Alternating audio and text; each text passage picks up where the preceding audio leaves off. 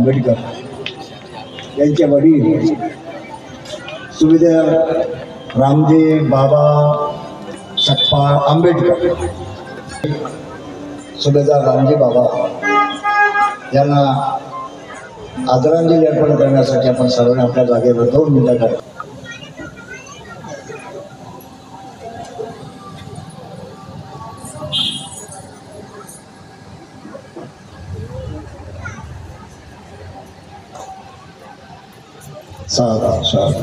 बसून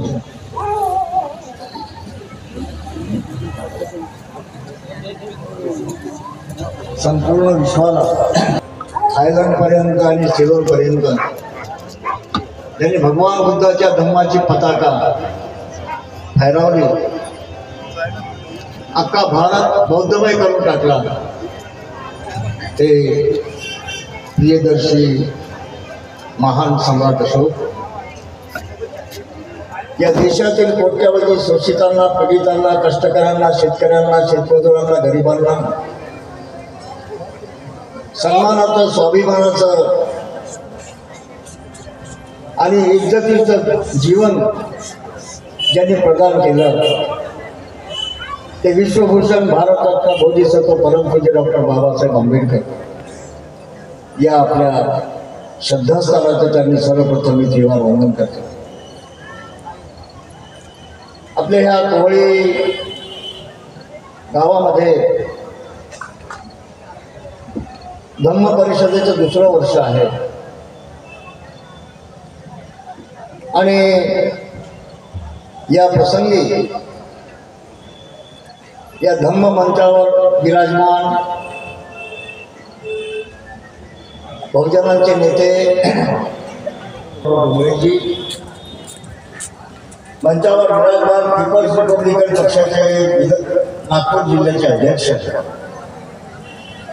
आयुष्यमान नरेंद्र डोंगरेजी,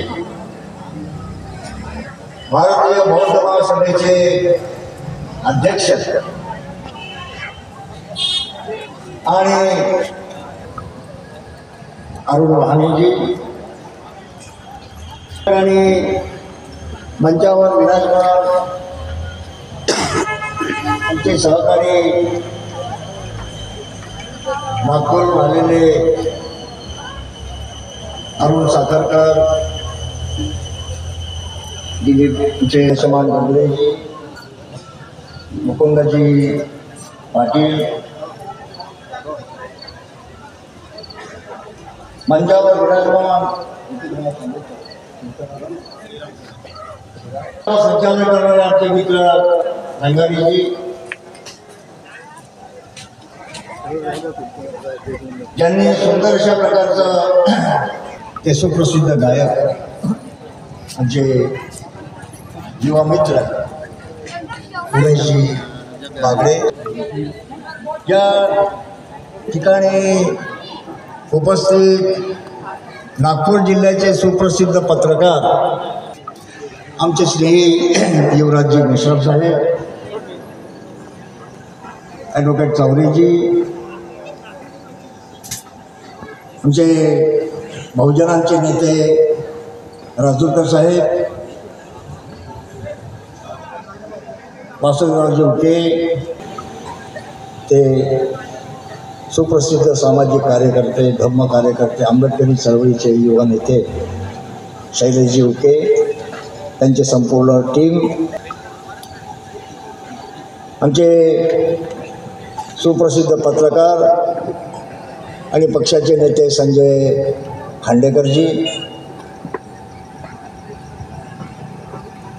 उपस्थित समस्त मान्यवर माता भगिनींनो, बांधवांनो आणि बाबासाहेबाच्या बहादूर भीमा सैनिकांनो, मी जास्त काही हे जे प्रबोधनाची यात्रा आपण सुरू केलेली आहे ही साधी गोष्ट नाही. मी शैलेश धन्यवाद देतो तुम्हाला की या निमित्तानं माझा एक गायक भाऊ उमेश रूपाने मला पाहता आला, ऐकता आला. मी काशीनंद सुप्रसिद्ध कवी संपूच्या माध्यमातून त्यांनी बाबासाहेबांचा विचार, धर्माचा विचार खरोखरी ज्या महाराष्ट्रामध्ये प्रेरणेचं काम केलं ते आमचे दिवंगत कवी बी काशीनाथांच्या पुत्र ठीक आहे बरोबर. आजोबा नातू आजोबांचा वारसा उमेश सारखा नातू चालवतो आहे आणि आज त्याला ऐकण्याची संधी मला मिळाली. ही संधी शैलेश आपण आम्हाला पाणी टाकत मी तुम्हाला धन्यवाद. मला खूप आवडत आहे. तू इतकं दिला आम्हा हे कधी सरावं बाबासाहेब, तू इतकं दिला आम्हा हे कधी सरावं. तुला देव म्हणावं की भीम म्हणावं, तुला देव म्हणावं की भीम म्हणावं. हे गाणं ऐकलं अंगावर रोमांच बी होता. आपल्या भाषेमध्ये अंगावर काटा येणार, मराठी भाषेत त्याला रोमांच म्हणतात.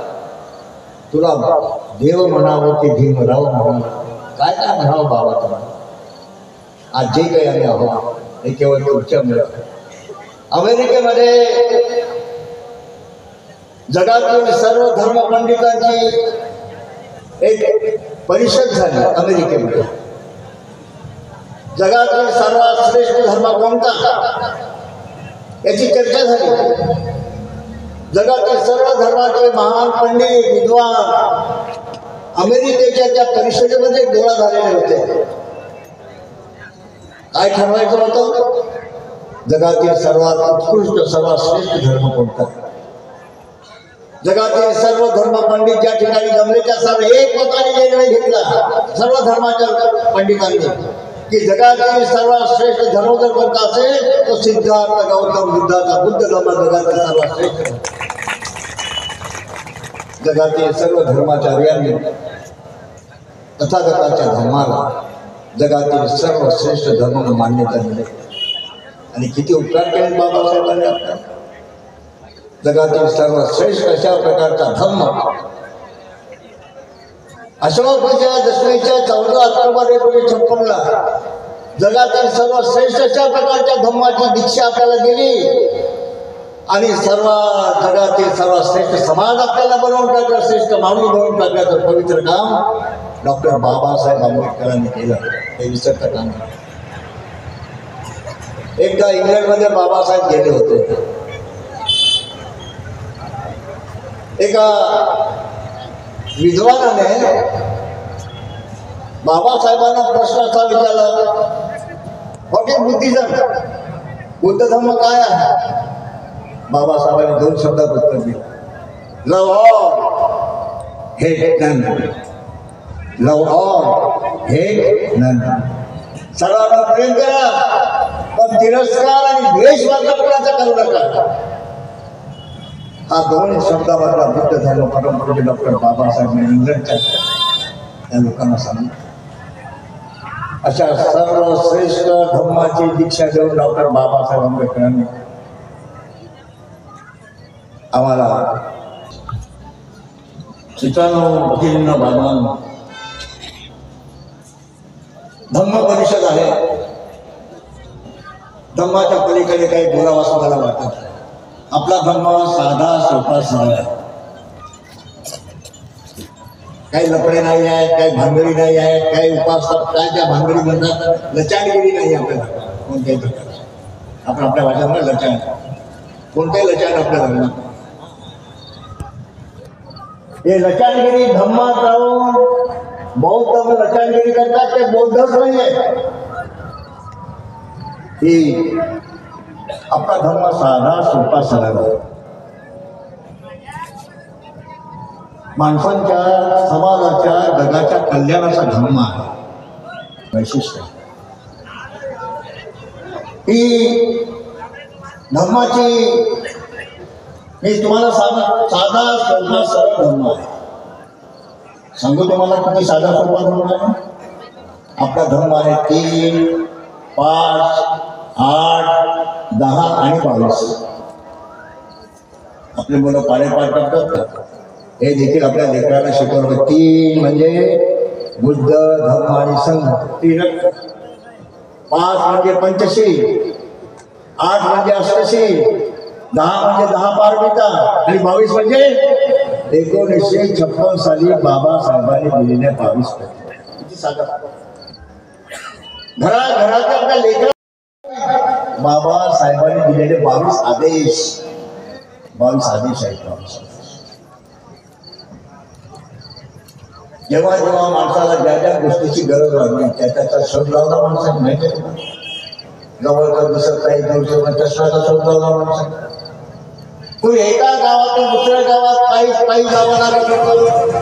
मग माणसं गाढवाच्या घोड्याच्या बैलाच्या म्हशीच्या हेऱ्याच्या पाठीवरून प्रवास करायचे. मग बैलगाडीचा शोध लागला, मग मोटारीचा शोध लागला, मग रेल्वेचा शोध लागला, लवकर जायचं असेल विमानाचा शोध लागला. एका देशातून दुसऱ्या देशात जायचं असेल तर पाण्यावर चालणाऱ्या जहाजाचा शोध. किती शोध लावले माणसं. आधी माणसं कपडे घालत नव्हते, आता कपड्याचा शोध लागला. बिल बाबांना सांगितलं गोष्टीची माणसाला गरज पडली त्याचा शोध माणसाने लागला. कपडे घाण झाले, कपडे धुण्याचं सामान शोधून दिलं की माणसाने. डिटर्जंट पावडर, कपडे धुण्याचं सामान. शरीर मळलं तर शरीर स्वच्छ करण्यासाठी माणसानं आंघोळीचं सामान शोधून काढलं. ऐश्वर्याला वापरते ती सौंदर्य साबण. कपडे मळले तर कपडे स्वच्छ करण्यासाठी माणसाने कपडे धुण्याचं साबण शोधून काढलं. शरीर मळलं तर शरीर स्वच्छ करण्यासाठी माणसानं आंघोळीचं सामान शोधून काढलं. पण एका प्रश्नाचं उत्तर तुमच्याकडे पाहिजे. मन जर मळलं असेल तर कोणत्या साबणाने धुणार लागतं? तुमचं मन जर घाण झालं असेल, तुमचं मन जर मळलं असेल ते कोणत्या साबणाने धुणार असेल? हे हजारो वर्षाची अस्पृश्यतेची घाण, हजारो वर्षाची विषमतेची घाण, हजारो वर्षाची अंधश्रद्धा बुवाबाजीची घाण जी हजारो वर्षापूर्वी आपल्या मनाला येते ती स्वच्छ करण्यासाठी बाबासाहेबांनी 22 प्रतिज्ञारूपी साबण शोधून काढलं. 22 प्रतिज्ञारूपी साबण शोधून काढलं. एवढा मोठा संशोधक होता बाबासाहेब. आहे जगाच्या प्राण्याला संशोधन. कपडे स्वच्छ करता येतात, शरीर स्वच्छ करता येतं, पण मन कसं स्वच्छ करायचं? त्याची भेदभावाची, अन्यायाची, अत्याचाराची, जुलमाची, अंधश्रद्धा बुवाबाजीची घाण आपल्या मनाला लागली होती. स्वच्छ करण्यासाठी बाबासाहेबांनी 22 प्रतिज्ञारूपी साबण शोधून काढले. लय उपकार आहे बाबासाहेबांचे, लय उपकार. इतके उपकार बाबासाहेबांचे आहेत.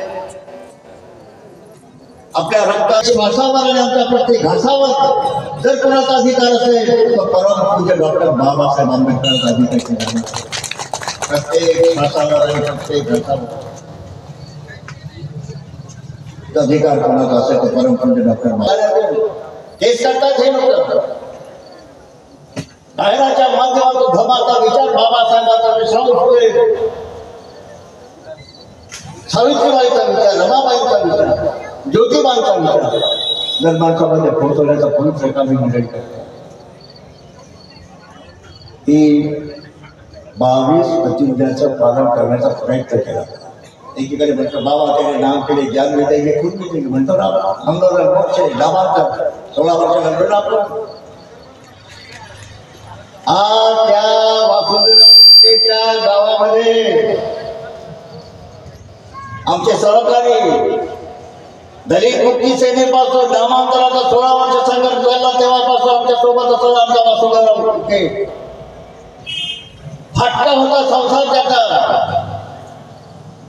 पण बाबासाहेबांच्या शाळेचा संसार सुखात चालला पाहिजे, स्वतःच्या संसारावर निखारा ठेवणारा माणूस होता वासुदेव फुके. खूप वर्ष नामांतराचं आंदोलन सुरू होतं. दलित मुक्ती सेनेची सभा आणि गाव कोणाचं माहीत? आयऱ्या गैऱ्याचं गाव नाही. आपल्या महाराष्ट्राचे अर्थमंत्री बॅरिस्टर शेषराव वानखेडे साहेबांचं आहे की नाही? काय बांधले ते त्यांनी? मुंबईमध्ये स्टेडियम बांधलं, इथे काय बांधलं? या पहोळी गावाचे बॅरिस्टर शेषराव वानखेडेजींनी आपल्या नावाचा दगड मारला, रोवला तिथे मुंबईमध्ये बॅरिस्टर शेषराव वानखेडे स्टेडियम. देशात दुसऱ्या वर्षी देखील ही धर्म परिषद या ठिकाणी उभारली. किती धन्यवाद व्हायचे, किती आभार मानायचे. ही प्रसंग अनेक होती, संकट अनेक होती, पण घाबरायचं आता एक काय झालं, अमरावती जिल्ह्यामध्ये दर्यापूर तालुकाली गाव आहे, मोकळ्या जागेवर पंचशिलीचा ध्वज लावला. लाकडी होता, लाकडी बंदी लावल्यावर त्याच्यात झेंडा होता पंचशिलीचा, तो पण ठीक होता. पण तो लाकडाचा बल्ली काढून त्या ठिकाणी लोखंडाचा ध्वज त्यांनी लावला तर गावाचे काही विचित्र होतं. असं सर्व गाव त्यांनी आलं तो झेंडा उठवून ठेवला. मोठी भांडवल आमच्या महिला धावल्या झेंडा वाचवण्यासाठी, त्यांना मारहाण केली, शिवीगाळी केली. हे प्रयत्न काढले. तिकडे सांगली जिल्ह्यामध्ये मिरज तालुका, तिथल्या गावकरी बौद्धांनी गावाच्या प्रवेशद्वारावर एक कमान उभारली. कमान डॉक्टर बाबासाहेब आंबेडकर प्रवेशद्वार. आधी ठराव केला होता, तरी गावातील काही मूर्ख लोकांच्या, जातीवादी लोकांच्या आग्रहामुळे बुलडोजर लावून बाबासाहेब आंबेडकर प्रवेशद्वार करून घेऊन म्हातारे कोतारे घेऊन बाया माणसांनी जुलूस काढला त्या गावापासून मुंबई. श्रद्धेचं स्वातंत्र्य, समानता, बंधुत्व संविधानानं बहाल केलं. श्रद्धेचं स्वातंत्र्य तुम्हाला दिलं. तुम्ही आपापल्या धर्माचा प्रचार आणि प्रसार करू शकता. अरे जो हजारो वर्षाच्या संविधानाने मिळाला. आणि म्हणून मला जरा बघायचं आहे की इथे उपस्थित असणाऱ्या कोण्या माझ्या बांधवांच्या, माझ्या मायमाऊलीच्या घरी संविधानाची प्रत आहे, म्हणजे संविधानाचं पुस्तक कोणाच्या घरी आहे. जरा हात वर करून दाखवा. मोजकेच हात वर आहे. कायदा लिहिला बापाने पण वाचला नाही लिखाने. माझा हा समाज, आणि कधी कधी माझ्या समाजावर मला गर्व सुद्धा वाटते. कारण दीक्षाभूमीवर तुम्ही लाखोच्या संख्येत येता आणि तिथून ज्ञानाची शिदोरी पुस्तकं तुम्ही देता. माझ्या मायबावल्यांना, माझ्या बांधवांना आग्रहाची विनंती आहे की यावर्षी ज्या जवळपासच्या बुक स्टॉलवर तुम्हाला संविधान विनंती आणा आणि आपल्या घरी संविधानाच्या रोज एका पानाचं आपल्या मुलांना वाचन करून घ्या. आणि इथे सुद्धा स्टॉल लागले आहे. इथे सुद्धा संविधानाचं पानाचं एक एक पान जर तुमच्या मुलाच्या पाठांतर झालं तर तुमची मुलं IPS, कलेक्टर, मोठमोठे पोलीस ऑफिसर, SDO, BDO, तहसीलदार झाल्याशिवाय राहणार नाही. मी सुद्धा माझ्या मुलासाठी संविधानाचं प्रत आणले आणि त्याला सांगितलं. आणि माझी विनंती आहे की तुम्ही सुद्धा आणावं. कारण विज्ञान अभिमान स्वाभिमान लिहा है मैंने. विज्ञान अभिमान